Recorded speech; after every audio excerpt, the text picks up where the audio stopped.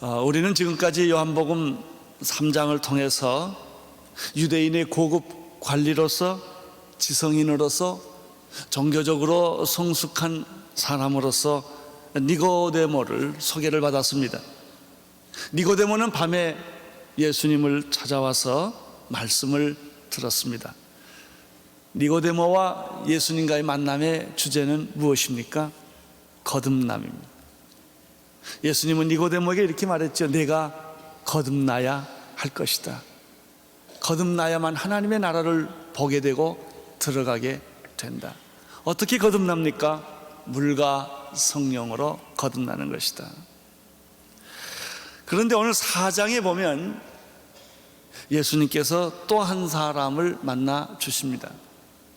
이 사람은 니고데모와는 정반대로 그 이름도 신분도 보장되지 않는 아주 험하게 살아온 한 여인이 예수님을 만나게 됩니다. 아주 대조적입니다. 밤에 예수님께 찾아왔던 니고데모와 달리 이 여자는 예수를 찾아올 만한 그런 환경에 있지를 않습니다.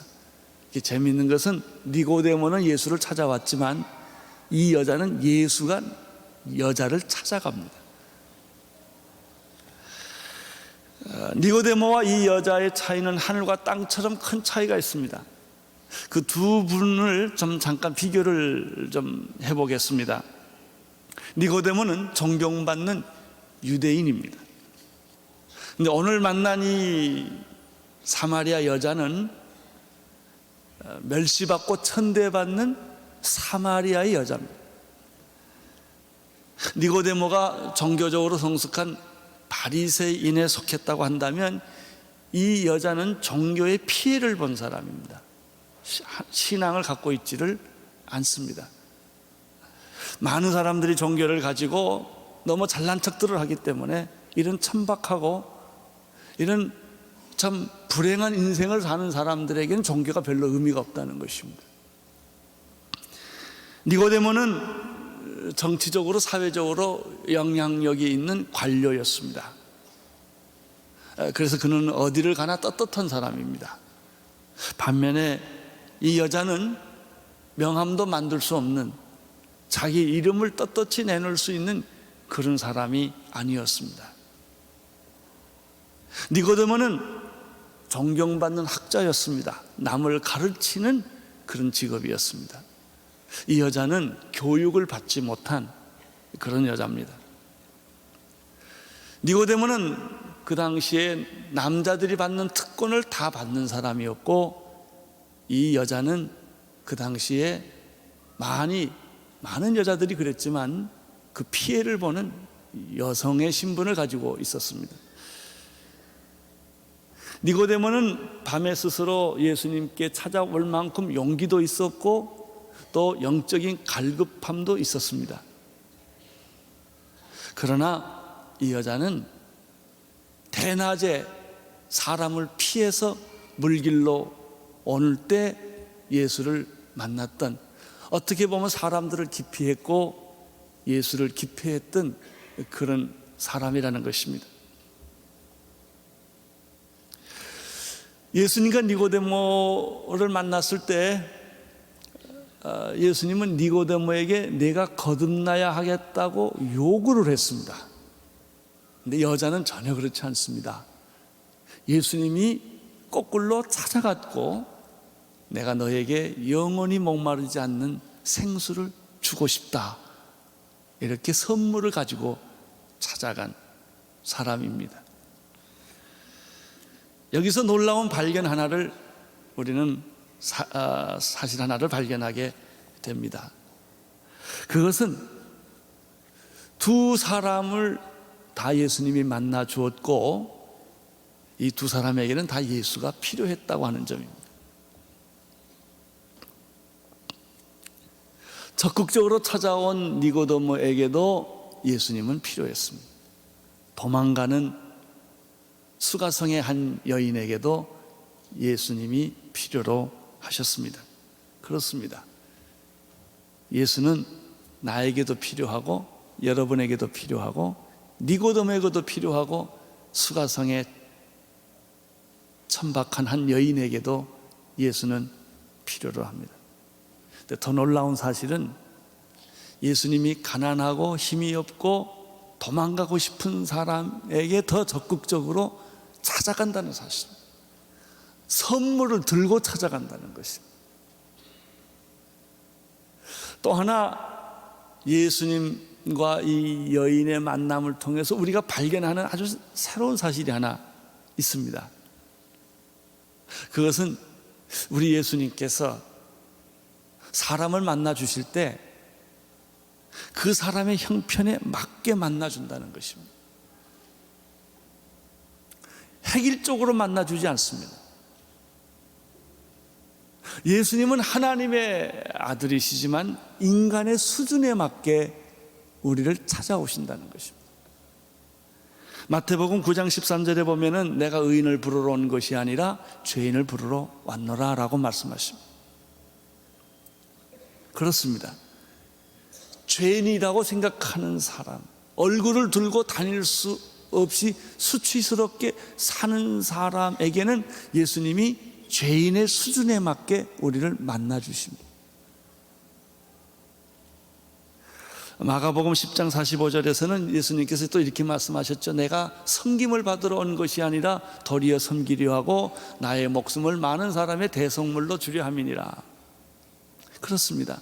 대부분의 많은 사람들은 섬김을 받기를 좋아하고 인정받기를 좋아합니다. 여러분, 누구하고 사람을 만나고 사깁니까? 자기를 인정하고 자기를 섬겨주는 사람들을 자주 만나게 되는 게 인간의 본성입니다. 근데 예수님은 그렇게 말씀하지 않았습니다. 내가 섬길 사람을 내가 찾는다 그랬습니다. 나의 도움과 나의 인정과 나의 섬김을 받아야 하는 사람들을 예수님은 골라가서 만나셨다고 하는 것이죠. 또 그렇게 했을 때 예수님이 자기 수준으로 그 사람을 만나준 게 아니라 그 사람의 수준에 맞게 예수님이 만나줬다고 하는 것이죠. 누가복음 19장 10절을 여러분 기억하십니까? 삭개오 얘기예요. 그리고 마지막에 이렇게 말했죠. 인자의 온 것은 잃어버린 자를 찾아 구원하러 왔다. 잃어버린 자는 말은 무슨 뜻일까요? 잊혀진 자예요. 인생이 부도난 사람입니다. 파산된 사람입니다. 아무 누구도 기억해 주지 않는 사람이에요. 내일이 없고 희망이 없는 사람을 우리는 잃어버린 자라고 말합니다. 근데 예수님께서는 그 잃어버린 한 소자, 한 영혼을 찾으러 왔다는 것이죠.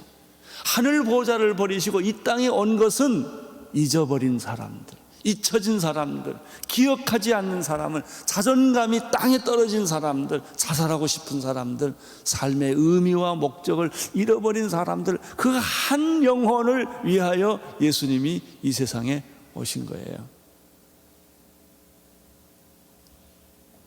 요한복음 10장 10절에는 예수님께서 이렇게 말씀하셨죠. 인자의 온 것은 양으로 생명을 얻게 하고 더 풍성히 얻게 하려 함이라. 그 마음이 가물어 메마른 땅에 가뭄처럼 되어버린 사람들,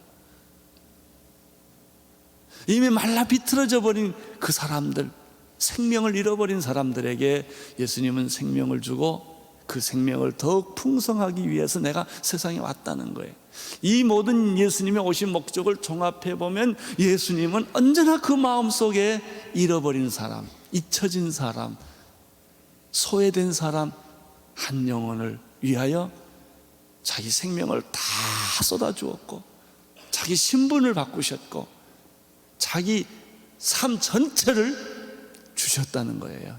이게 교회입니다. 교회의 본질과 사명이 여기 있어요. 저희들이 새신자를 위한 열린 예배를 하는 것도 여기에 있습니다.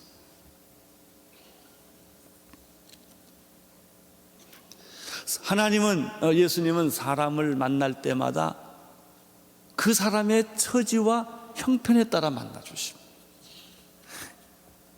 예를 들면 니고데모를 만났을 때는 그렇게 아주 고급 관리고 지성인이고 신앙적으로 성숙한 사람한테는 예수님이 거듭나라라고 요구를 합니다. 근데 수가성의 여인에게는 아무것도 요구하지 않습니다. 요구해봐야 들을 수도 없지요. 선물을 하나 줘요. 내가 영원히 목마르지 않는 생수를 내게 주고 싶다. 바리새인과 사두개인을 만났을 때는 어떻게 합니까? 예수님이 화 있을진저, 너희들이 이렇게 살면 저주가 임한다. 예수님이 이렇게 얘기를 합니다. 아주 엄하게 이야기를 합니다. 부자 청년을 만났을 때는 예수님이 어떻게 대하십니까? 내 재산을 다 팔아 가난한 자에게 주라. 이것이 그에게 구원이에요. 다른 얘기 안 하십니다. 율법 얘기도 안 하십니다. 도덕 얘기도 안 하십니다. 내 재산 다 팔아라, 이렇게 얘기를 하십니다. 사케오를 만났을 때는 어떻게 합니까? 부자 청년하고 전혀 다릅니다. 이 사케오도 돈도 있고 부자도 있고 권력도 있는데도 사케오한테는 그렇게 접촉 안 합니다. 오늘 내가 내 집에 신방하고 싶다, 내 집에 가서 같이 먹고 같이 자고 싶다, 이렇게 얘기를 하십니다. 소경 거지 바디메오는 어떻게 얘기합니까? 내 믿음대로 될지어다, 눈을 떠라. 가늠하다 현장에 붙잡힌 수치스러운 한 여인에게는 예수님이 어떻게 접촉하십니까? 왜 가늠했냐고 얘기 안 합니다. 가라, 내가 너를 용서한다, 다시는 죄를 범하지 말아라. 위로하고 격려함. 이분이 예수 그리스도이십니다. 예수님은 어떤 율법적인 요구를 똑같이 모든 사람에게 하지 않습니다. 그 사람에게 필요한 대로 위로하고 격려하고 축복하면서 구원의 복음을 주시는 것입니다.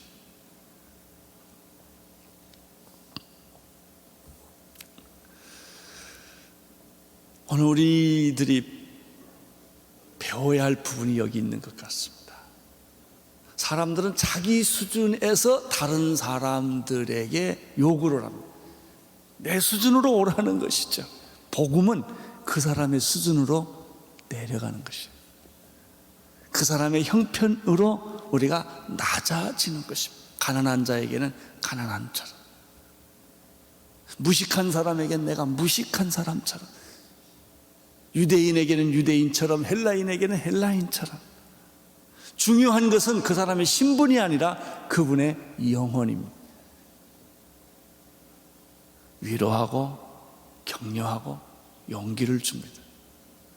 예수님은요, 신분이 낮은 사람일수록 까다롭게 안 하십니다. 우리는요, 신분이 낮은 사람한테 까다롭게 합니다. 요구가 많습니다. 예수님의 마음은 여러분의 마음만큼 낮아지십니다. 여러분의 신분만큼 예수님은 낮아지셔서 여러분의 친구가 되시고 위로자가 되시고 축복해 주십니다. 어떻게 예수님과 이 여자가 만났을까요? 그 배경이 재밌습니다. 1절부터 3절에 보면은 예수님이 이 수강성의 여자를 만나게 된 배경이 있는데, 이 배경 속에서도 우리는 예수님의 또 아주 특이한 두 가지 모습을 발견할 수가 있습니다. 먼저 1절, 2절, 3절을 함께 같이 읽겠습니다. 시작. 예수의 제자를 삼고 세례를 주는 것이 요한보다 많다 하는 말을 바리새인들이 들은 줄을 주께서 아신지라. 가로치고 예수께서 친히 세례를 주신 것이 아니요 제자들이 준 것이라 가로닫고. 3절. 유대를 떠나사 다시 갈릴리로 가실세. 이 수가성의 여인과 예수가 만나게 된 것은 예수님이 3절에 보면 유대를 떠나 갈릴리로 다시 가시던 도중에 사마리아라고 하는 지역을 통과하게 됩니다. 이 사마리아라고 하는 지역을 통과하다가 거기에 있는 작은 마을 수가성에 들리게 되고, 그 수가성에 있는 야곱의 옛 우물이라는 곳에서 예수님이 피곤하여 쉬고 있었을 때 이 여자를 만나게 됩니다. 그런데 1절부터 3절까지 사이에 보시면 우리가 두 가지 질문을 하게 됩니다. 첫째는 왜 예수님께서 갑자기 유대를 떠나 갈릴리로 다시 가셨는가 하는 거예요. 두 번째 질문은 왜 가실 때 하필이면 사람들이 그렇게 꺼리고 아주 싫어하는 사마리아 땅을 왜 통과해서 갔느냐 하는 거예요. 유대를 가시지 않았더라면 그 여자를 만날 수 없었고요, 사마리아를 통과하지 않았더라면 그 여자를 만날 수가 없었죠. 예수님께서 왜 유대를 떠나 갈릴리 쪽으로 가셨을까요? 1절에 그 해답이 있어요. 1절에 보시면 예수님은 사람들이 수군대고 가십을 하는 것을 아신 거예요. 그 수군대고 가십하는 것이 뭐냐면은 예수님이 세례 주는 것이 세례 요한이 세례 주는 것보다 더 많다라고 하는 질투, 경쟁, 이런 시기, 이런 가십이에요. 그래서 2절에 보면 가르치고 해명을 했습니다. 이거는 예수님이 직접 세례 준 게 아니고 예수의 제자들이 세례를 줬는데도 사람들은 예수님이 세례를 많이 줬다고 생각을 한 거예요. 그리고 누구하고 싸움을 붙입니까? 세례 요한하고 싸움을 붙여요. 이런 가십을 만든 사람이 누구예요? 바리새인들이라고 그랬어요. 그 가십을 하는 것을 예수님이 아신 거예요. 이 얘기를 듣고 예수님께서 유대를 떠나십니다. 우리가 발견하는 것은 무엇입니까? 예수님은 인간의 질투와 시기와 경쟁심으로 하는 것을 피하셨다라고 하는 겁니다. 사실 우리들의 대부분은 뭐예요? 시기와 질투와 경쟁심이 많습니다. 저희 라이벌 관계라고 그러지 않습니까? 그것은 회사와 회사끼리도 마찬가지고요, 같은 직장 안에서도 우리가 다 말은 안 하지만 말들이야 멋있게 하지요. 교양 있게 하고 지성적으로 하지만 가만히 보면 강한 질투, 시기심, 경쟁심, 아주 불타는 것들이 있다고요. 사실 암투가 있는 거죠. 그래서 인터넷에 띄우고 자기가 안 하는 것처럼 하면서 다 하고 그러지 않습니까? 뒤에서 장난하고 모함하고 음모를 꾸미고 그러면서 겉으로는 그렇지 않는 척하는 거죠. 이게 인간의 본질이에요. 세상만 그럴까요? 교회도 마찬가지예요. 목회에서도요, 같은 장로님들끼리, 목사님들끼리, 사역자들끼리도 이런 시기와 질투와 경쟁심이 없을까요? 있어요. 그것으로 속상해하고 상처받고 그리고 나중에 뒤에 가서 확 긁어버리잖아요. 예수님이 이걸 아셨어요. 예수님의 태도는 무엇입니까? 피하는 거예요. 내가 시기와 질투와 경쟁심으로 일하는 게 아니다 이거예요. 그래요, 시기와 경쟁심과 질투로 하는 것은 덕을 만들지 않더라고요. 선을 만들지 않더라고요. 나중에 꼭 상처를 주더라고요. 일은 해내는데 상처를 주더라고요. 이것을 피하시는 예수님을 오늘 우리는 여기서 만나게 됩니다. 우리가 여기서 한 가지 더 배우게 되는 것은요, 역시 인간은 숫자에 약하다는 겁니다. 요점이 뭡니까? 예수의 세례 주는 것이 세례 요한이 세례 주는 것보다 더 많다라고 하는 거죠. 역시 사람들은 숫자에 약합니다. 누가 인기가 더 있느냐?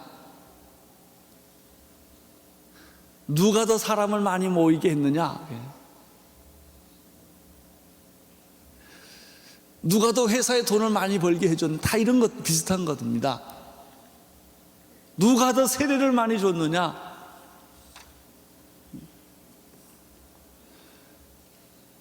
조용히 피하시는 예수님을 보십시오.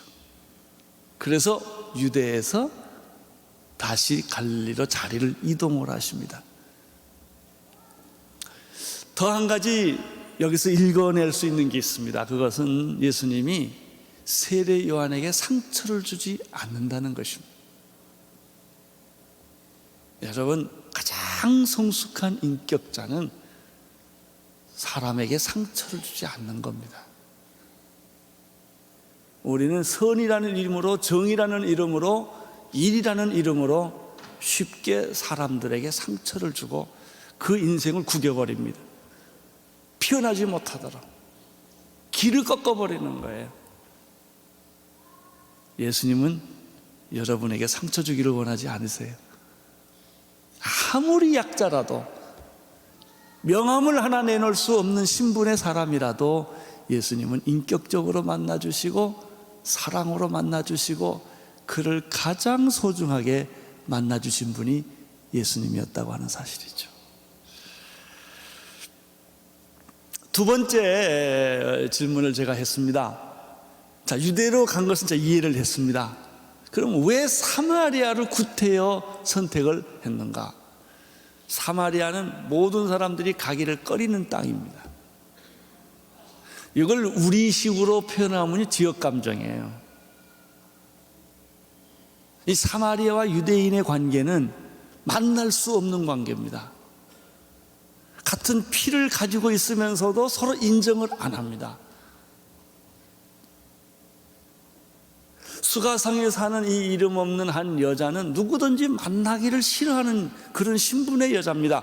그 여자를 만나면 자기 신분의 손해를 보고 자존심의 손해를 보는 그런 종류의 삶을 사는 여자였습니다. 근데 예수님이 이 여자를 공주같이 만나줍니다. 예수님이 이 여자를 자기의 최대 손님으로 만나준다는 사실이에요. 예수님은 여러분을 공주로 만나준다는 거 아십니까? 여러분, 예수님은 여러분을 최대 VIP로 개인적으로 만나주시는 것 아십니까?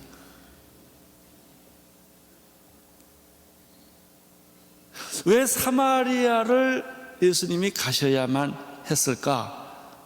4절에서부터 6절에까지 내용을 한번 쭉 읽어보겠습니다. 시작. 사마리아로 통행하여야 하겠는지라.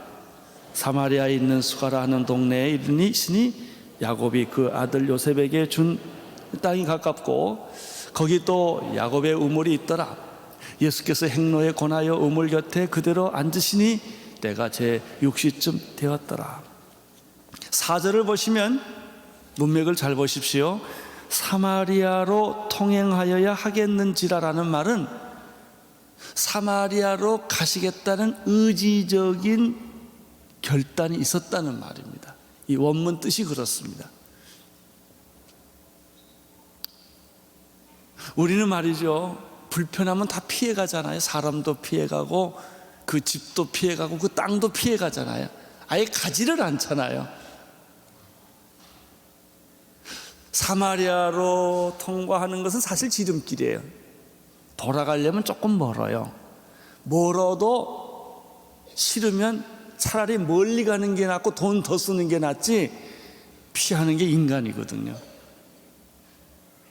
근데 예수님의 생각은 그렇지 않았습니다. 의도적으로 그 땅을 갔다는 것입니다. 선교란 무엇입니까? 가기 싫은 땅을 가는 거예요. 모든 사람이 다 싫어하는 것을 하는 겁니다. 이것이 예수님이 이 세상에 오신 목적입니다.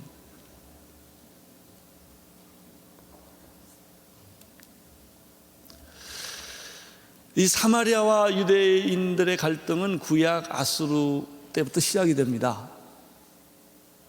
집단 이주를 시켰는데 그 사마리아 지역이라는 팔레스타인 한복판에 있는 지역에다가 소위 말하면 이방 민족들이 들어와서 혼혈이 된 거예요. 순수 혈통을 자랑하는 유대인들에게는 그 혼혈이라는 사실이 아주 치욕적인 거예요. 잡종이 된 거예요. 다시 말하면 선민을 잡종으로 만들어 놓은 거예요. 그래서 그 종교적인 분노가 있습니다. 그리고 깔보고 무시하고 사람 취급을 안 하는 겁니다. 그러니까 상대적으로 그 사람들도 상처를 받은 거죠. 이 혼혈의 문제가 있고요. 혼혈을 하다 보니까 이방 종교 풍습이 이 야훼 종교 안으로 들어온 거예요. 그 사람들은요, 사마리아 사람들은 시편이나 예언서를 인정하지 않고 모세 오경만 인정을 합니다. 예배하는 장소에 대해서도 아브라함과 이삭과 야곱이 예배하는 장소를 그들은 그리심산, 그래서 그리심산이란 말이 나와요. 그것도 역사를 왜곡을 해서 해석을 했습니다. 그러니까 유대인들은 종교적인 모욕감을 느끼고 혈통의 모욕감을 느끼고 도대체 그 지역 사람들은 인정을 안 하는 거예요. 이게 아주 심각한 지역 감정입니다. 이게.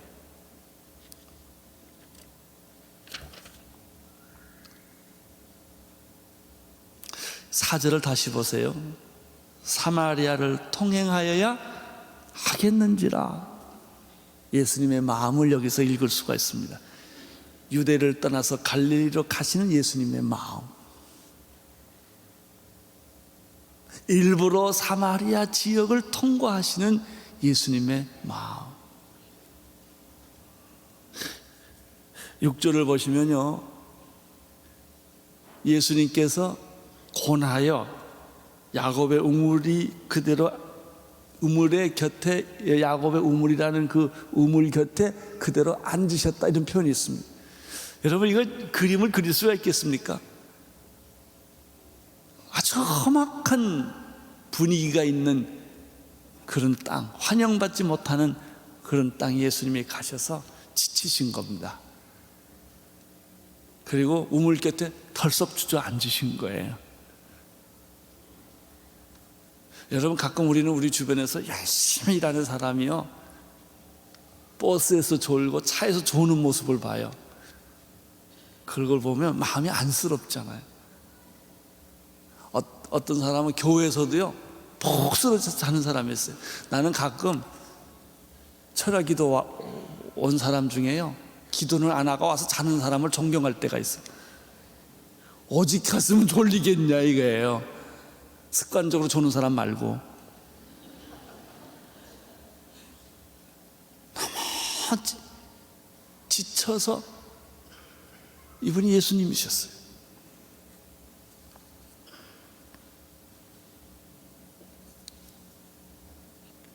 때가 제6시라고 그랬어요. 우리 식으로 환산해 보면요, 정오 12시입니다.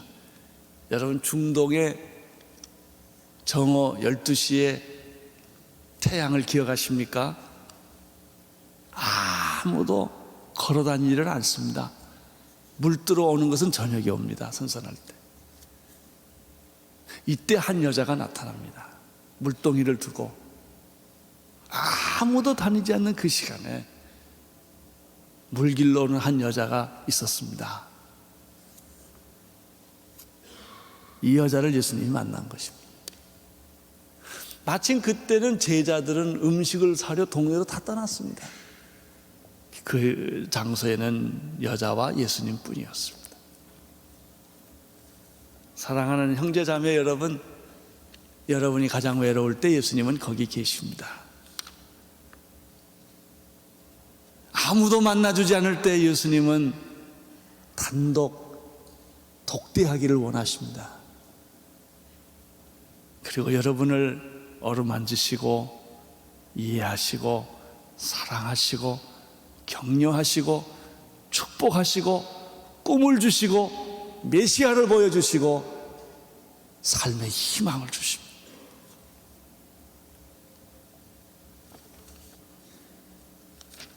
(7절) (8절) (9절을) 읽겠습니다. 시작.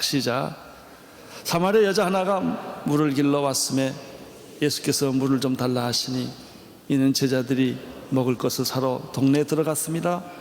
9절.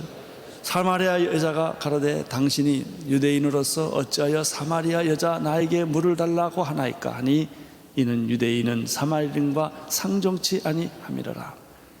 버림받은 여자, 인생의 목마른 여자, 삶의 의미와 목적과 희망을 잃어버린 이 여자, 사람이 싫어서 정오에 물길로 온 이 여자. 이 여자에게 예수님이 대하는 태도를 보십시오. 아주 정중합니다. 그리고 공주를 만나는 것 같습니다. 여인이여, 혹시 당신이 물을 기르면 나에게 물을 좀 줄 수가 있겠소? 오늘 여기서 발견한 예수님의 그 화법입니다. 사람을 대하는 태도입니다. 비열하지도 않고 억누르지도 않고 이 여자를 존경하면서 따뜻하게 접근을 하는 것입니다. 예수님은 이 여자를 이미 다 아셨습니다. 남편이 다섯 있는 것까지도 예수님은 다 아셨습니다. 이 여자가 누구라는 것 다 아십니다. 여러분, 예수님은 여러분을 다 아십니다. 지금 당신이 이렇게 멋지고 점잖게 앉아 있어도 속에서 무슨 고민을 하는지, 무슨 고통이 있는지 다 주님은 아십니다. 아시고 점잖게 예수님이 만나주세요. 이래서 아주 예수님을 만나면 내가 어쩔 줄을 모른다고요. 다른 사람은 다 속을지라도 예수님은 속지 않습니다. 이 여자는 예수를 모릅니다. 웬 유대인의 남자가 사마리아 여자, 무시하는 나 같은 여자와 말을 걸어주나, 이것에 충격을 받을 뿐이에요. 근데 예수님은 이 여자를 다 아시고, 여자여 나에게 물 한 그릇 줄 수 있겠소? 이렇게 질문을 합니다.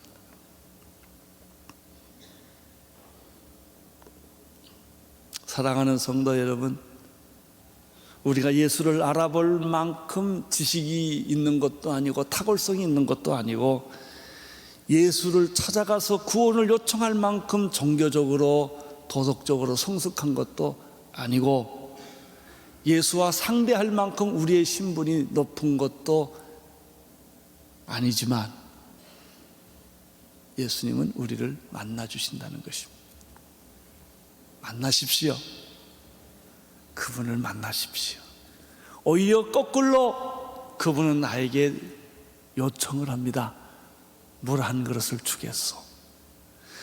볼지어다 내가 문 밖에 서서 두드리니 누구든지 내 음성을 듣고 내게 문을 열면 내가 그에게로 들어가 그로 더불어 먹고 그는 나로 더불어 먹으리라 말씀하신 것처럼 예수님은 우리의 마음을 두드리고 계십니다. 여인이여 나에게 물 한 그릇을 주시오.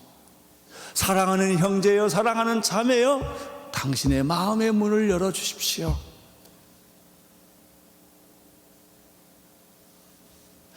제가요, 대학교 때 예수 믿고 폐병에 걸려서 학교를 휴학하고 병원에 격리 수용된 때가 있었습니다. 제가 성경을 읽고 밤 1시까지 그 저녁에 기도하고 있었을 때 제가 환상을 본 게 하나 있었어요. 그것은 비가 오는 날 문은 닫혀져 있는데 누군가 밖에서 문을 열어달라고 비를 맞고 있는 분이 한 분 계셨어요. 보따리를 하나 들고. 왜 미친 사람들은 꼭 보따리 하나 들고 다니잖아요. 내가 방에 있는데 그렇게 두드려요. 몇 번 모른 채 하다가 하도 비가 오고 소리가 있어서 제가 가서 문을 열었어요. 열었더니요, 그분이 들어오셨어요. 비에 홀딱 맞고. 그리고 그 보따리를 나한테 줬어요. 제가 그걸 열어보니까 십자가더라고요. 그분은 예수님이셨어요. 내가 너 안에 들어가고 싶다. 문 좀 열어다오. 예수님 말합니다. 나에게 먹을 물을 좀 달라. 예수님이 부족해서 나한테 뭘 요청했겠어요? 내 인생에 영원히 목마르지 않는 샘물을 내가 너에게 주기 위하여 예수님은 나에게 노크를 하신 거예요. 여러분, 교만한 마음을 꺾으십시오. 오만한 마음도 꺾으십시오. 그리고 그분의 요청을 받아들이십시오. 여인이여 내가 물을 하나 주시오. 내가 내 마음의 문을 두드린다. 누구든지 내 음성을 듣고 문을 열면 내가 내게로 들어가겠다. 오늘 그런 축복이 여러분에게 있게 되기를 바랍니다. 예수님, 내 안에 들어오십시오. 영원히 목마르지 않는 물이 있다면 그런 물을 나에게도 주십시오. 내 인생은 너무나 비참하고 너무나 목마르고 너무나 권태롭고 내 삶이라고 하는 것은 너무나 지루합니다. 주님, 내게 오십시오.